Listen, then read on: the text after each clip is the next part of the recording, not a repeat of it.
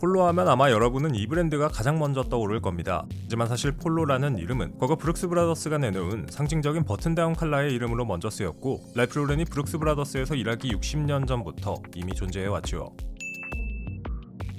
미국 남성 패션에서 근본하면 떠오르는 브랜드는 랄프 로렌부터 시작해서 여러 브랜드가 있겠지만 사실 이 브랜드를 빼놓고 이야기할 수 없습니다.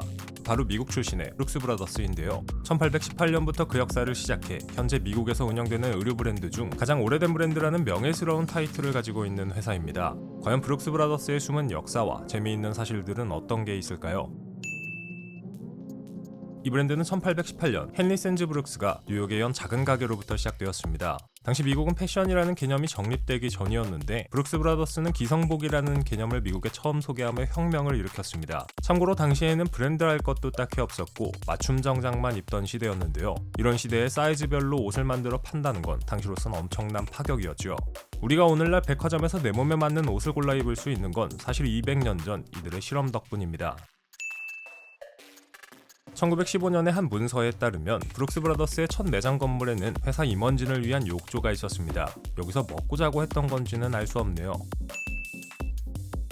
브룩스 브라더스의 가장 위대한 유산은 뭘까요? 바로 폴로라고 불리는 버튼다운 칼라 셔츠입니다. 19세기 말 존 브룩스가 영국에서 폴로 경기를 관람하다가 선수들의 셔츠깃이 바람에 날리지 않도록 단추로 고정해 둔 걸 보고 이를 정장 셔츠에 접목했습니다.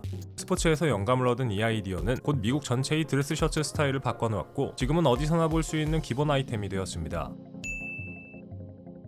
브룩스 브라더스는 영화 속 로망을 완성하는 힘도 가졌습니다. 2013년 영화 위대한 개츠비 속 주인공들의 화려하고 클래식한 스타일은 바로 브룩스 브라더스가 의상을 협찬했기에 가능했습니다. 20세기 초반 미국의 황금기를 상징하는 그 우아함은 브룩스 브라더스가 지향하는 미국적 우아함의 정수를 보여주는데요. 뉴욕의 월스트리트나 아이비리그 대학가에서 이들의 로고가 든 셔츠를 입는다는 건 성공한 엘리트임을 증명하는 일종의 유니폼과도 같았죠. 브룩스 브라더스는 한때 자체 담배 브랜드를 보유하고 있었습니다. 파이프 담배에 넣어 태울 수 있는 잘게 썰려진 형태였는데 아쉽게도 현재는 구할 수가 없죠. 더 재미있는 건 디즈니나 LL빈처럼 담배와 전혀 상관없는 브랜드들도 한때 담배를 팔았다는 점인데요. 이 정도면 안 팔았던 브랜드를 찾는 게 더 쉬울 정도겠네요. 역대 미국 대통령들과 브룩스 브라더스의 관계도 빼놓을 수 없습니다. 제임스 매디슨부터 버락 오바마에 이르기까지 수많은 미국 대통령이 브룩스 브라더스의 옷을 입었습니다. 미국 민주주의의 상징과도 같은 자리마다 브룩스 브라더스가 함께했던 셈인데요. 46명 중에 40명의 대통령을 고객으로 둔 브랜드라니 이 정도면 미국 그 자체라고 불러도 손색이 없지 않을까요? 영국 왕실과 브룩스 브라더스의 의외의 관계 다들 알고 계시나요? 고객들이 브룩스 브라더스의 수트와 재킷에 들어가는 바느질 방식을 쉽게 볼 수 있도록 브룩스 브라더스의 재킷은 1966년까지 테이블 위에 뒤집어 전시되었습니다. 그러다가 영국의 필립 공이 브룩스 브라더스의 매장을 방문해 테이블이 지저분해 보인다고 말했고 재킷은 그 이후로 옷걸이에 걸려 전시되어 왔습니다. 하지만 빛이 강하면 그림자도 짙은 법이죠. 시대가 변하면서 브룩스 브라더스는 품질 논란에 시달리기도 했는데요. 예전에는 메이드 인 USA의 자부심이 강했지만 글로벌 시장 확장을 위해 생산 기지를 해외로 옮기면서 예전만한 디테일이나 내구성이 나오지 않는다는 골수 팬들의 비판을 받아왔습니다. 200년 역사의 장인 정신이 효율과 수익성이라는 현실적인 벽에 부딪힌 건데요. 결국 2020년 이 브랜드는 뼈아픈 파산 신청을 하게 됩니다.